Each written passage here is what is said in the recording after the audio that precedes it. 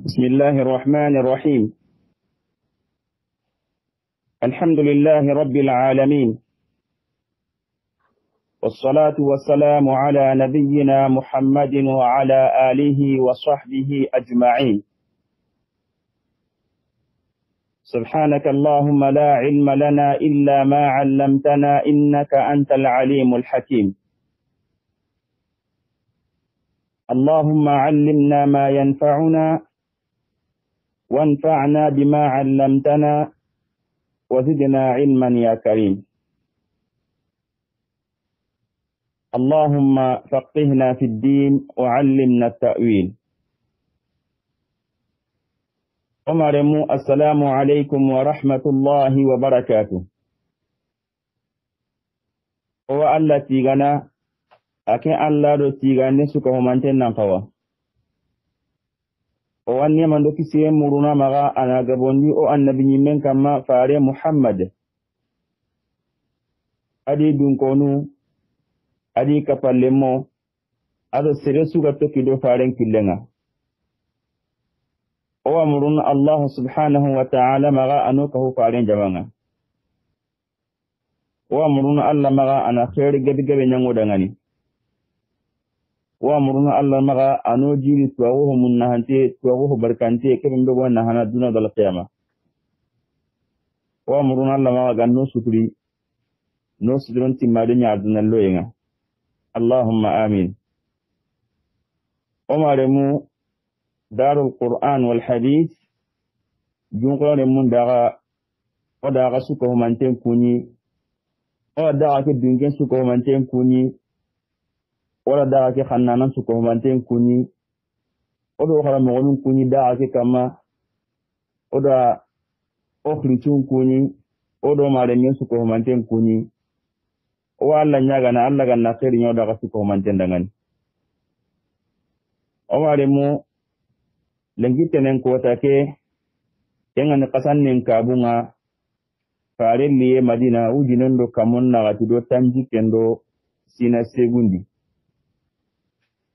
wala menyi omotran dinglanga kenya gani faare Muhammad sallallahu alayhi wa sallama asiranga siga kembe oga masaranga dome faaren siran kama na hata gili faare nyimen koy sallallahu alayhi wa sallam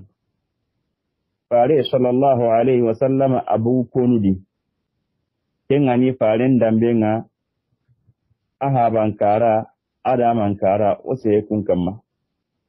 mogani te faare sallallahu alayhi wa sallam ahabanu ben trampa kubeni ada bayinu usiekun kama mogani kiye faare ni bangenga sallallahu alayhi wa sallam mogani kiye faare foromonga sallallahu alayhi wa sallam mogani kiye faare asarunga fati na to mo bedi ado alhala bedi oda kunti ko manten ko nan dangi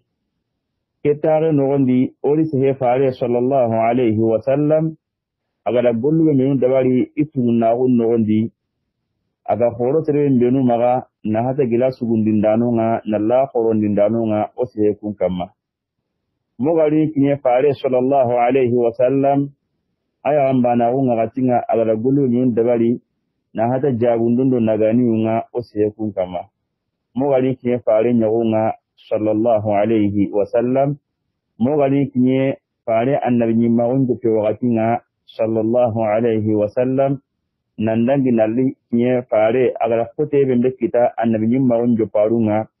geli ay me haban kadungonga do ay me haban diben dungonga makunga rina khata nantin tasirun miganna kari oda marke taare no wonde faare sallallahu alayhi wa sallam agani wurnu aga telino kunyo mbenu kenyu wagani agara Taif agada kote yembe kita kenya ngidu kali hanonga kenga imega da humi bonebe sara oda kungali ketare nogoni mogari na ngali faare sallallahu alayhi wa sallam alla gani killen kinai nanti adi kapalle mo brembe kote nga kinyi kama dingrabe yonki lagantara amunyini maganta kote alla da noyen killen kini faare nga sallallahu alayhi wa sallam nanti anambugu anandaga Madina kingani hijranga oda ngari kati farenga baka sallallahu alaihi wasallam as-sahaba nungara bakken joppa akani mogobembe na hada gari igani menyini daru nadwandi kibaru ngoni dangi lo menaga mafarenga killen kinne nan tindaga habasha tazillo mafarenga killen kinne aka nan tindaga madina ikane mafarenga me sallallahu alaihi wasallam adu abakar siddiq gada imogon surondi iga bakka nan daga madina mogobembe onye wala alke taage no wandi faare sallallahu alaihi wasallam aga bugu nan daga makka killen de kibaru koro be minu ganya kibaru foto be minu dangi kundi ndi gada harakat narono gidun kummendi iga munduna alla gada iya wompinkindi bakka farenga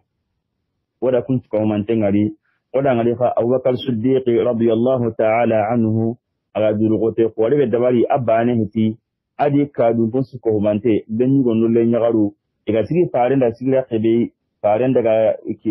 daga yake madina wada kun ko mantengari ke tare no woni mo warna ngari faare sallallahu alaihi wasallam agara kille mutu khibare ne kiyen madina konga nanti faare nga sallallahu alaihi wasallam adi jonko yi madinai madina kon kala ni mo sorondi mo bembe na faare ndugun tinyagali yenga na faare bismillah tibere berendenga oda kenhari bito mani ga telesi kille ne faare mu wadangi kendi iga faare nduku oda kongari ma faare sallallahu alaihi wasallam agari kinye khuba oda ngari faare nga yanka khuba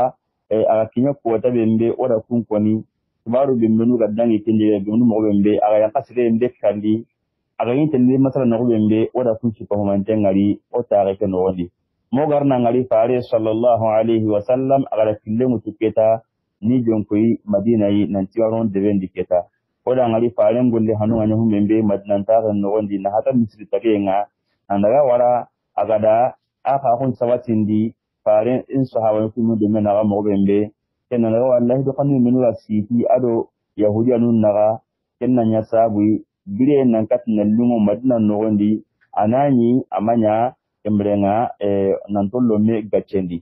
oda ngari faare sallallahu alaihi wasallam kinga gatiya kuma mbega ne tibarunga tibar gebe ni faare ni me kamma kinga gatiya na hata yahudiya nun nya mulana ya gallo be dai embrenga kuna gemo kanu ya sabu na kun sigindi wada ngari kenga gati ya faare sallallahu alaihi wasallam ada heranya ina gadanganu mo ko humami ku halaga sikidina ke dangani iga dinake iga nyondondo nyana bai bakka konno nyagallonga wada ngari faare sallallahu alaihi wasallam keta ngondi agada kuren kitto hanu be bagandi na hada kuren kitto hana be mbega bugu nanda gadangenya Allah kilendi wada kungari embrenga kempuran kite bembe ga bugu nandaga kempuran kite afrika ne serembe maga wada kungari nalla wara kembrenga kuran tutunga tawu mei magaga ko waren gari nya kenya ga badri gadangenga o se badri gadangenga makita he no wondi yare na badri gadangen koni kali nga jope mo bembe maga telle nya mo bembe faare sallallahu alaihi wasallam agani kamana soron pa parla muru mo bembe ana batun ta gundo na kawana nya kammo na to ani annabi menga ani tay harenga wahay nga yang kana kama baka Allah na kunga ya kesu ko mante ani so pa qarla murunu magare nga dipe mo bembe yahud kafirun nga ya dan tawo bembe gani maga gumbe nga jagan tawo bembe gani maga gani dundira ko bembe embele nga kota su gani go mutammi karna kenci nyiga kuma ya garunga suguni walle gani dangani wadulun minni wasingini emblenga kenga di marasa nanti tasoro migana farendo isahaba nun kariya gayenga jepe tkanne bembe adala te tkanne bembe trampaka biga toga no gondi konun siti kachunga idi gali madina ose yekun suko manten kama na hata kinga keta gadangu mbenu gali dangi kumpalle ora kumpo gabe ngari mo gani kinyen fummende gani Ka'b bin al-Ashraf akembe gani yahudiya kun subrenga kinga karama go bembe ora kunga mo gani kinyen uhudu gadange faare sallallahu alaihi wasallam agada kote ko rebe kita uhudu khibarindi na sabu nya gadangan ko nyenu ga giri makkan nalli jaman ga wonya ni ba man ka antiniya gadanyo kempo sirinya ni magaba man ka antiniya gadangana koran pakte be gidi ani ba kensu ko manden ni jotra hinga yon ka faaren sahaba nu ngada hakar lantini faaren ati hinde kenya nanti onto to ko deben no golo tele selanyai faaren dunge tengani mo gon surondi na sanda hanan sabi na kutuban kala kemre nga don mun kunu kendi faran ga bugu mo gombe na uhudu killo mutu maga telle an ka dingira hananga na soron matara ngundi na wisa kanonga muhammad bin maslama tadi soron gara uyi iposini mi gaddangi nan mi ga tele dangi ti yahudiya en so antenga aga da fare logo faren sabon ga tiya karna ben to nonga al faren ga tina to nonga nan daga wala mi ga tele kin uhudi fare sallallahu alaihi wasallam adi ka palle munga daga nan daga yanka uhudi gidan tatenga ni hodon sembendi gidenga fodne on ta bakat giden palle na defeniya kajanga defe mo wembe maga telle nyime min no wembe faren sahabun ga gollu horo wembe dabari kamro kunari faren fatunni hamza ga gollu horo ga dabari al sahabanun kutu da kuntu ko mantengari ora ngare fa khataw de fa ga faren sahabanun kita tammi sero wembe no gani ko tillen min kama tankar ga yugo kunga da khataw be dabari kinga nya sabu ya Allah ga da sahabanun aga di jarabi na semben ki kafirin yi kama ina te gabe kali faren sahabanun di nya honne gam parantedi farin yimme karni ya faren katuna kambion koso ma we meren kune ngaro no fa ya ka farin ko lambotono nallo farin yimmendi fare sallallahu alaihi wasallam tafu wala katu gidi ko tenga na bidon ko tege adiga yimo siri kambrenga faren dalla sakate ndi kasumani men wala kun ko mantengari magaje nga tele nyeme mo bembe ma faren ga sagene imaka madina ya galunga buna faren gemunditi e faren qanyanga mo bembe dinan qanyanga mo bembe wala kunsu ko mantengari moga dangi kunsu ko mantenga na likinye kumbe gani ahzabi ngajangenga wala kungari na likinye gadangu minwa ya kumpalle ko hajo bani al-musalaf adu hudaybiya gadangu wala kunsu ko mantengari wala faren kansa ngari sallallahu alaihi wasallam wala kutaru no wandi aga letra foro min sa katidna tunkanyugo foronga hume menu gani dina tunkanyugo foronga aga letra be sa katiya hudaybiya kembrenga ke inge muhannem palle kembra letra mun saha wala letra ku ngari o di qarado men ni no do honuntu letra ku jabu kan ke ben dora ku ngari o dangi ku ngamu gani kini khaybara ga jangen subarenga wala ku ngari khaybar ga jangen ta halle kembra nga fare sallallahu alaihi wasallam agada frankitlu ni bagandi kembra khaybara ga jangen pallo da ku ngari mu wani kini umratul qaba'inga fare sallallahu alaihi wasallam aga bugu nan daga umra be da bari makka wala umra tingayi salam bakare do faaren batenga gadanga no mu do faaren batenga sinu ga sinu no wende aga sinu to an kin tere bembe wala funtu ko mantenga ri ken no wondi ken ka halle ora ngari fare sallallahu alaihi wasallam abi halle ken umrai na likin madina kembrenga fare ngari ni mo gon suro ni nanda gadan kumba dabari o ma de mu ko ani ho baraka tu ndembenu wala kanga takinan kinya nene ngadara nganya kunga naga simandi ho kaso du minu ga dangi honne o daga hama mi mo siri yo ga bafi kamma heti lo juru mo nyani kemrenga hiji ko wakati nga connection ko waro nyoyi al kelen ko hay kana mushkilani aya rin yan bai kamma nan se tinka gunya gare en telefone walla nya gana alla gana tidin su rondo su ko manten dangan kemba ne an kana tora suntoyi alhamdulillah tora suntoyi awo koy connection na ko dina bangin o gade sasa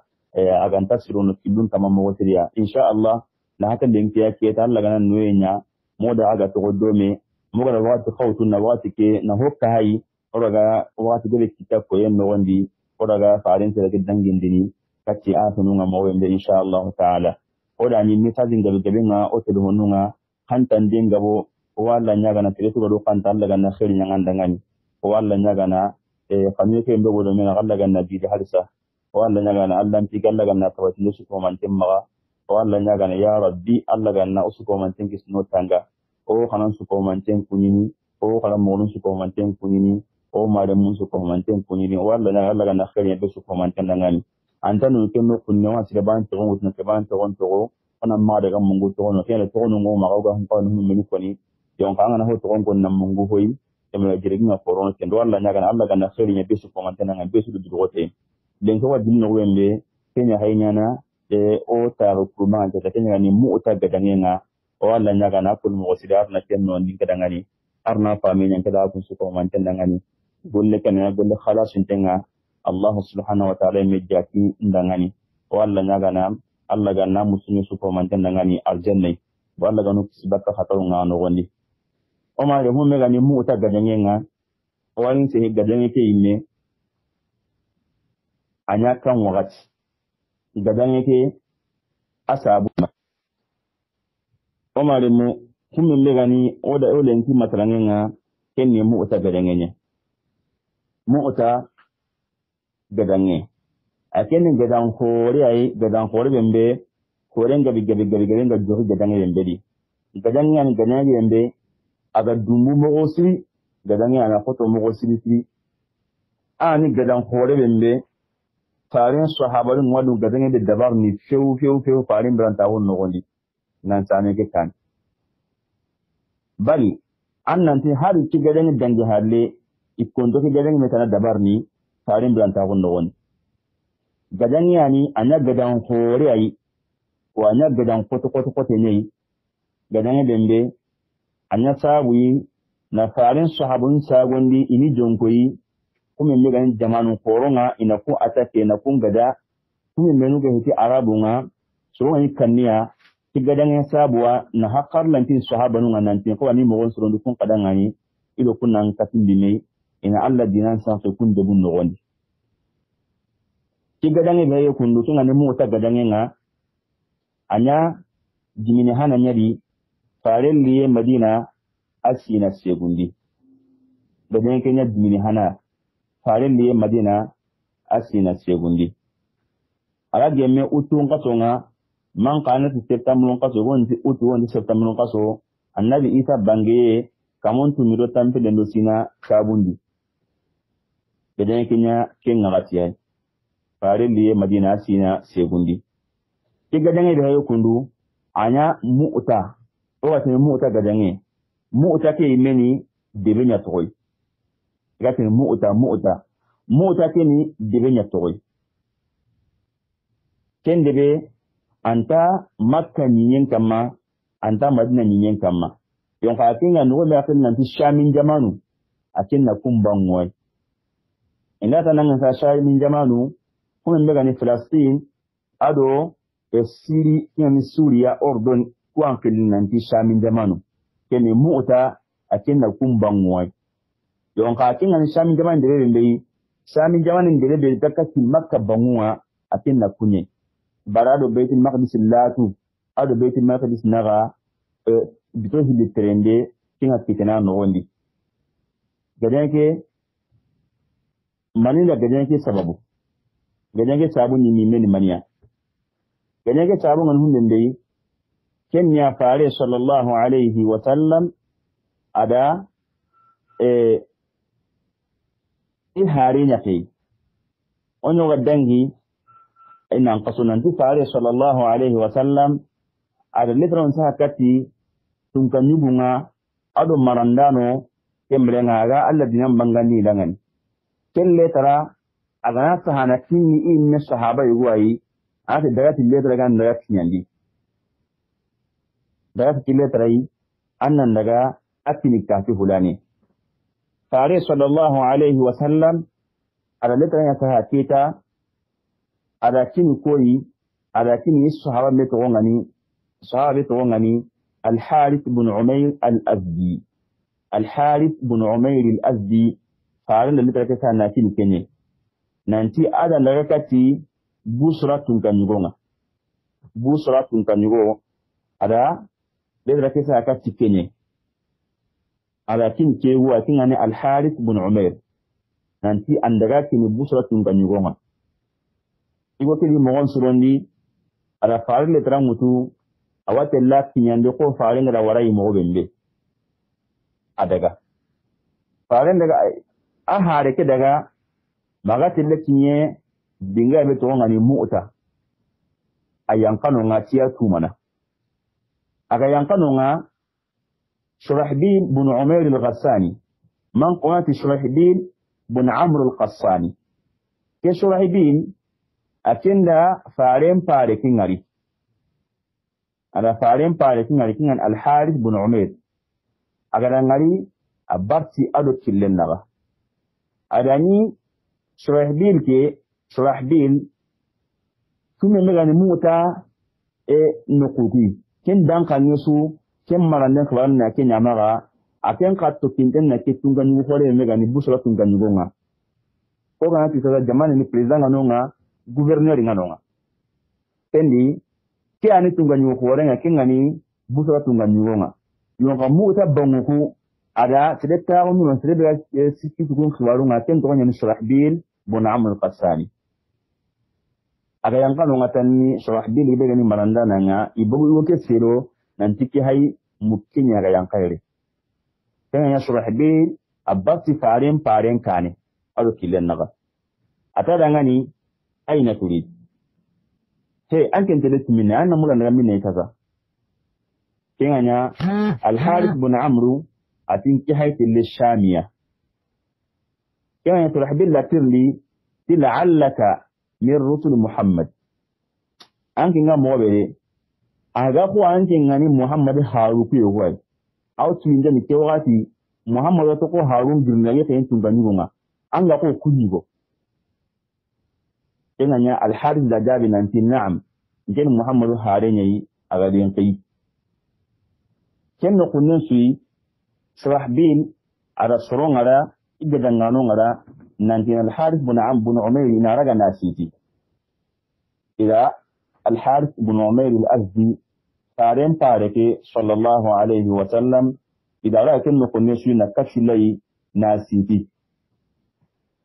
kenganya pare sallallahu alaihi wa sallam ahareke awak wasurun kiteni kita ida titi kachuma ida rikati Shurahbil bin Ghassaniya ida gari amar diga muhulide akusan kati ina daga tiken kulane ina sidu koton na koton mogosidi ida wat kiyeni na kari kiyeni kempalle ida sini kiyenga asna kahanya kanna kannen kutubakai ida al-Harith bin Umayr al-Azdi ila khannen putu fi Shurahbil nyamal khannenga ke mod aka atwinteni kenga gatia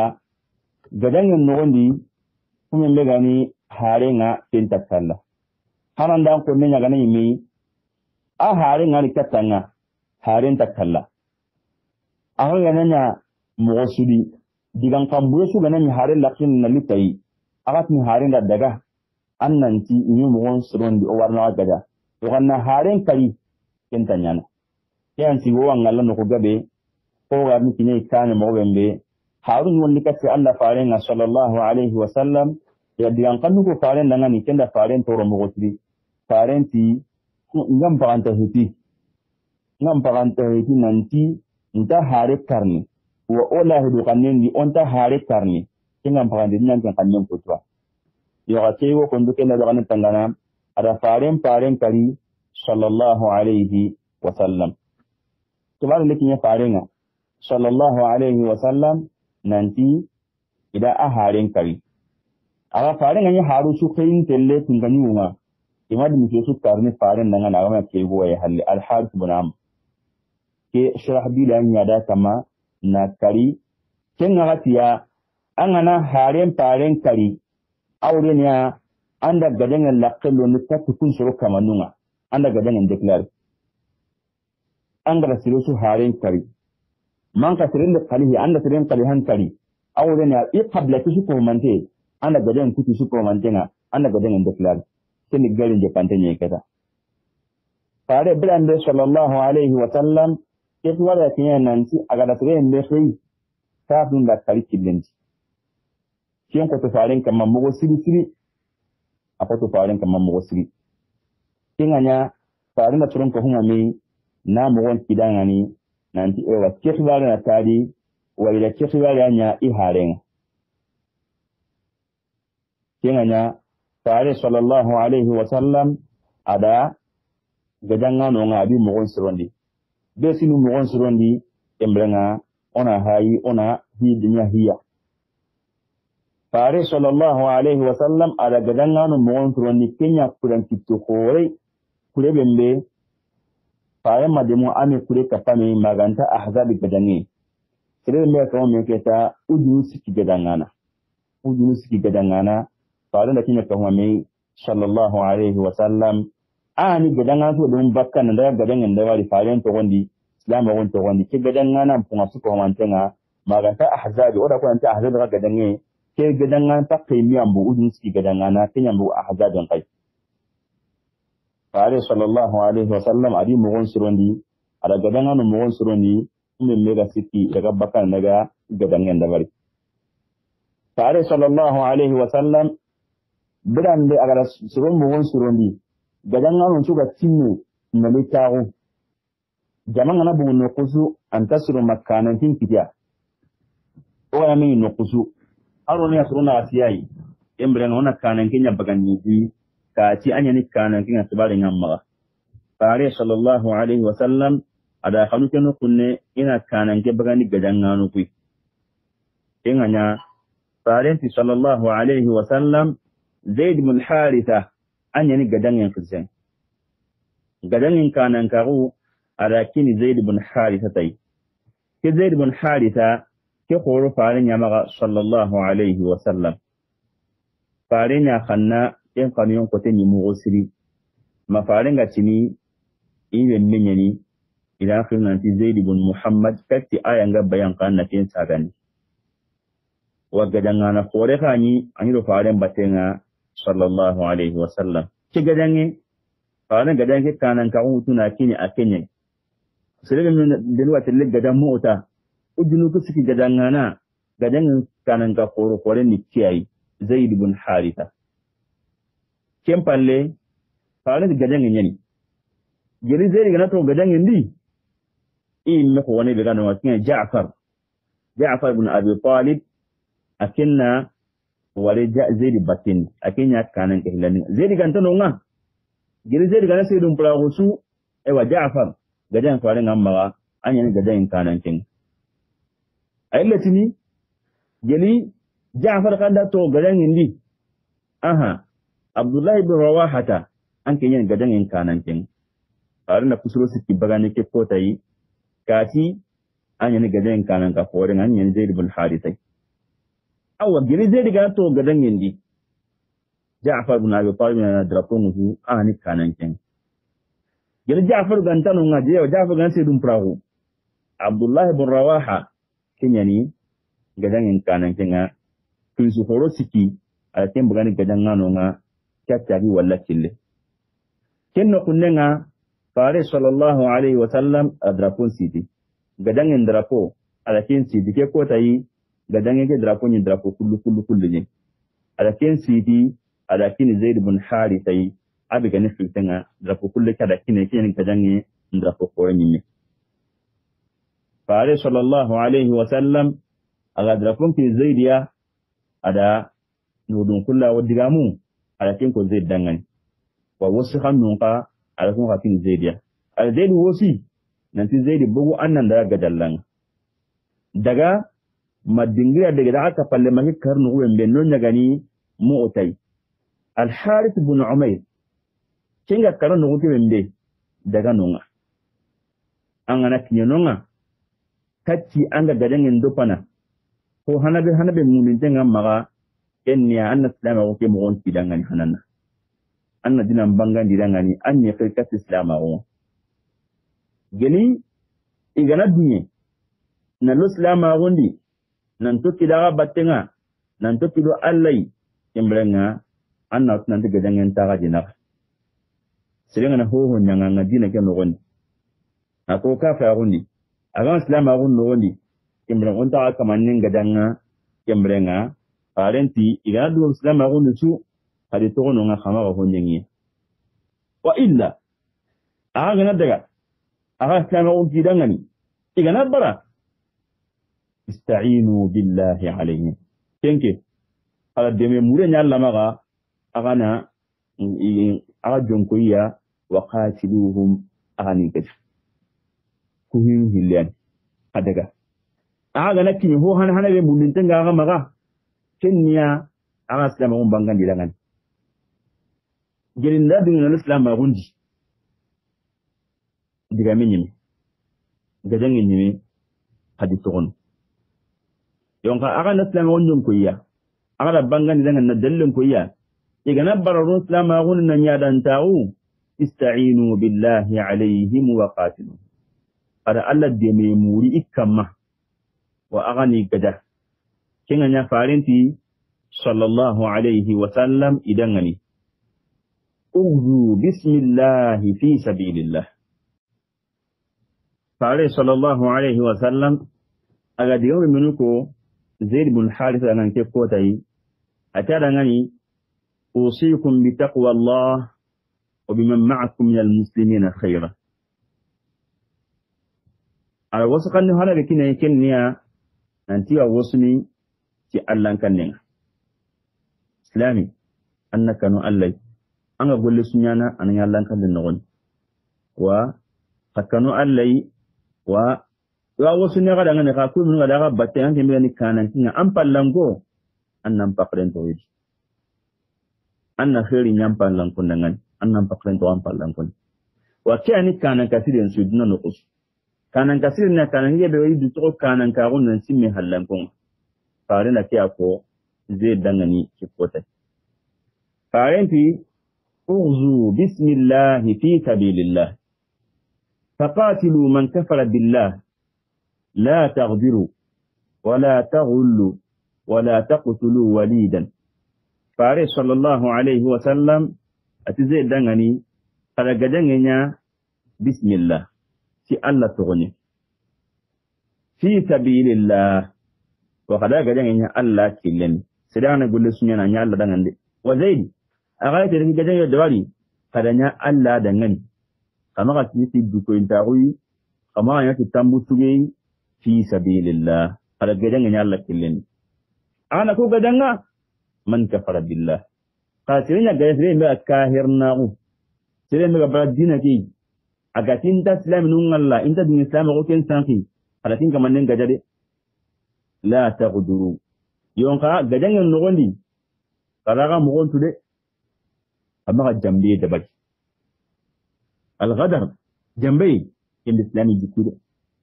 وهل هو راغون جكو سيديه وأغان لا قدنغنا أما جنبي دبج أما كم بكين كي أتي ولا تغلوا وهمغا جمانبو سيبان ما كنير جمان نابري نكنيغا جمان قلي قبل أن قلي كنيغي أما كنير أغانا قدن اندبال نابري من لكي تكتا غتا غاندني سيبان ما هو دانا كنيغا كن غلولني أما كنير ولا تقتلوا وليدا أغانا قدن اندبالني لو نمبوشنو أما كنغر مبمبي أما جنوب هوهنيا كنت خوانا نكرا قدنينسي أما لمن كري ولا امرأة وكما يغلي كري قدنيني فأرين الصحابة نمكبنا أنت مغاكين يغلين تكلا ما يغلي بمبي غانا نيدي أغلا كاها موتنا سلام نمكري ما كين دي كين هل يغلين تكلا قدلي كين تانا قدلنها خواكين لمننا خواكين يغلونا ولا كبيرا ثانية وإبغاث كنتون تنيمنتي كما أنت يتشانك إبغاث بيومك كين تنتجي سيني تنيمة سنو كري كنا دي ميا باتنا كما أنت يكونا كنت أطورا فتينا غاي كنغني كما أنت يكونا وترين بقان دالا تبكى غجانا نونا غرائي لمسيرني سو معا إألام باترانا يهودي أنا غني كتابا موانسا أنا غني با أكين تي تقبو غجانا سوري على إألام باتو إألام باترانا كما روكين باتن يعني تجدان دي إيه منو الله باتك إجلس نوني كنت كلا ويهودي أقابل بيجا الله باتي الله باترانا كون كنت كلا فاني صحابة لهم كبنا كنو كني وقتي من الله نوني ساسا نلا بوم كاتو مسلمي نبوم كاتو إجلس نوني نبوم كاتو يهودي أمبو ينعا كم بتي جهادي فاني كبنا هايجي نانتانا جدلنا sire su ga takan buga dangan daga rai le misiri ne kamar ke yin kamar nan to kan mu wata le misiri ne mekara wata le iblis ne mekara cikin jihadin tonga in bi jihadi fa alayhi sallallahu alaihi wa sallam akan daga dallake amma ga ite kutu kala gadangan da bari to ga tamal siginte kama a kutu itti siginte kama a kutu ka taganto kama kara fare inda kullahi do kudu an kanu tini زيد بن حارثي نندلي جدعان نندجع جدلنا تمرنا إنا يحقلون توقودي بلان بفارس صلى الله عليه وسلم أجدعان كانوا كيرانني sahaba nun kadi mo suroni gadan kanne ma keta idi mo suroni yamul na mburi na gajallan biran de gari mo suroni nanti abbaka jamalli fare inda kanan ko furi addu'a idangan wa di shuko mantenga adi shuko mantenga le kuni kati gabbaka abudu sahaban su battenga abu ni wala kille addu idangani da mi kuni kenno kunnenga gadangan ni kanan go yugunu mu Abdullah ibn Rawaha ga sike ya kan kenya kan junu kamana nyugo aya kan junu kamana mbugu atada ngani ma jibuti mun kana ke mundini o farin sare ne o wata le gadan Allah killin ki an ke gawunu man gai fari duna kan yin wantan ken son don nga anga kamana mili kenga anga kamana mu manka man nan mundini kenganya kenti adangani wallahi nginta wunu wanta Abdullah ibn Rawaha wunu ko anda tirni nan dan wunu man kai Abdullah ibn Rawaha da jari nanti nginta wunu tudunan kamiye ai ngin palle hayni dai yonka nda Allah farinya mugu sallallahu alaihi wa sallam aga ayayi wo qaranga kenya dimu Allah ya farin jahannama indan kibarin kuni agara indan kibarin kuni ala kharan nanti wa in minkum illa wariduha kana ala rabbika hatman maqdiya mu ki ayan din da farin mu sallallahu alaihi wa sallam aga jahannama kibarin kuni ada ayan karan nanti sire sunta ga kuni makingaro indikin akenda famu kununye illa wariduha ke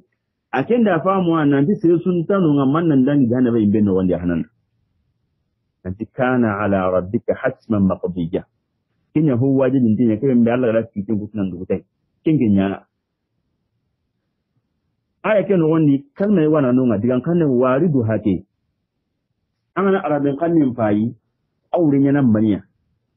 aure rawanya na aradan kannen ni nanti aga runuwa kenda famu nanti dan ka Allah jahannama imben taga sire su kanu ngamman nan dangi imbe kenu wanda ya hananna kenganya Abdullah ibn Rawahati falastu adri ikintatu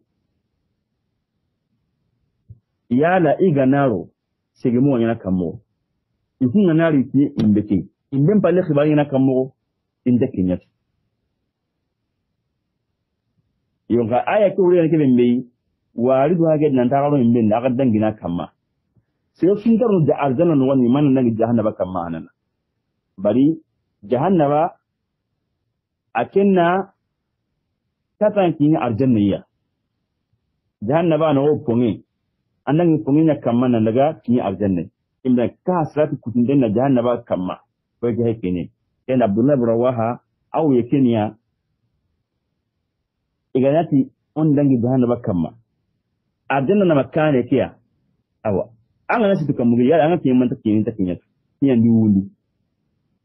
bal hamidu yake kin aljanna yi yo ga jahannam bige be ga da batenga nan to kamundi yala an ka an katnan dangi ba manyer ne ba kenya wuyen niya kin islamin ti arna ga kisi arna ga tanga Allah kisi nga ga batenga ito walla nya ga na ga dangani sulugu tora Allah ga na kisi sulugu toran Allah ga na ga sire sagandi wa Allah ga na khani men nya ga dangani kinga nya Abdullah ibn Rawaha ade khannen do sujem katu abi jongoy ga jallan onyo wada ko nanti Abdullah ibn Rawaha igana nyen oda sugu ko gabe ngari e oda ga hamantoni oda asu ko gabe ngari oda ga hamantoni Abdullah ibn Rawaha keganya ade khannen sujem katu ati lakinnani as'alu ar-rahmana maghfiratan wa darban zat farghin taqiddu az-zabada ati kibin be gani awu no do na kibin be nan da mu sire sagan di katagai ngi do ngani kibin be ngina Allah nyaga jumba fa Allah nyampi mak wa Allah ni ngarjaga katunde nan katna katunde siren da bar katunga katunde ke mbe khore ngani aga khankan mutu ho buren su ko man tun baka kamun na nyonto baka no manka Allah ni ngarjaga aw ta'natan bi yadi harrana mujahadatan bi hibbatin tanfudu al ahsha'a wal kabida manka Allah ni ngarjaga tamme suhante kebembe amugo sulonte ngani angana wondi aw nugudu honu ngabaka manka angana siri na rondi abugun dando siren butte ngabaka leke yamuru Allah ma gente le gedale en tinga sagane de ge Allah nyaanga kebembe kenniya Allah nyampi maga wannan katna gadangen dabari tusobenga nan katna kukafunu kari islam nunga nyagal dikinga mo wembe leke yamuru Allah ma kempalle Abdullah bin Rawaha abugu Zaid bin Harith ado Ja'far bin Abi Talib yani kanan kunga akin ni sikandinga fare sallallahu alaihi wa sallam ke ko tayi abugu da suru battenga awatirni tanga ikunga setu honga fare ni watirni tanga adagi bagani killendi adagi wala kille fare ndaga nan daga agi tanga suru battenga masage makko kille daga kille saniyatul wada' farin da yake mannunga aga tiyano ngabira mbani aga sigi na soroku wala kille kenga nya sigi adi salemi saniyatul wada' ko kille mege bangenga adu idangani ala kille ngana tindaga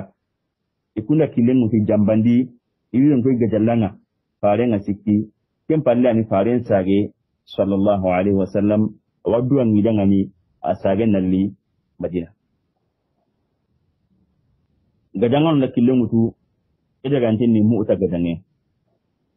ida gantinga yi jonko min nayi yi jonko sahili madina sahili an ga tele mu uta o daga min nayi daga madina sahilinga idaga nan daga ni ga tele kin yan qarhananga kinga ni ma'an do shamini ne idaga ni ga tele kin hijaz kin sahilin bangenga waka manan daga wa kun daga ni rak le tibare nga sire goda kan tibare mutun lekin kidangan ta kun bai da minna to goya da gajalle minna gajalla ha mu ta gajalla a kun hige han manano awai ki rak li ada ka bare mu rak li ne gani tungan wo horenga o rumu tungan wo ada ka bare mu adi mogon surondi wadi gadan ngano ka mogon surondi idon ko ya gaide igadan nganan pakin nan kaga dan ngani ba kame wujine gadan ngana rakin da tinya mogon surondi aga kannema khibaru mun tin kidan ngani na ko yanka iyan kar hananga iyan kar hillandi ni to yanka hillandi ngani sai kuma daga kidan ngani agun da ta lukun gaja urumu ganko awu bitu ko ujin siki sirga hit ujin siki sirga kame ujine sirga gadange ala tin pamu tibarin kutin nganunga gadanganu ku kame ko ujine gadangana ina kammo jama'i gawe mane tire gadangu ku sembe be gidi khatiru na kemma ku ta gadangani igari mo gon suwanda ka ne maga mo wembe aga na kentu aga kunu du sikiyai kuda ko wale mugu ibi mo gon suwanda ka kanin nan ta ko na dugu kame ujine gadangana gadanyu kin kalte be gi maga imo suwanda mo wembe wale kenya ko na gadangani lengi khalle nyame ko tari nga iga tuwa ko ni faren sabo nan kusuru ma an kutondi gadanganu ku ma an kutondi ori kenya ngari oru mugan ko kadi mo gon surondi kami ujine gadangana ai nan da mun tim hamul gadangana ngale sani kuma kami ujine gadangana ya tine mo gon suroli insha Allah ko tari nga mo gadangari igari mo gon tindembe walla nyaga maten ko yoy agal laga na feri mo daga dangani ya rabbi Allah ga na feri mo daga dangani Allah ga na timbenya Allah ga no kuno magano fajan Allah ga no kusno tangano magano tanga baka jana imben arun la kan subhanahu wa ta'ala. Assalamu alaikum wa rahmatullahi wa barakatuh. Ada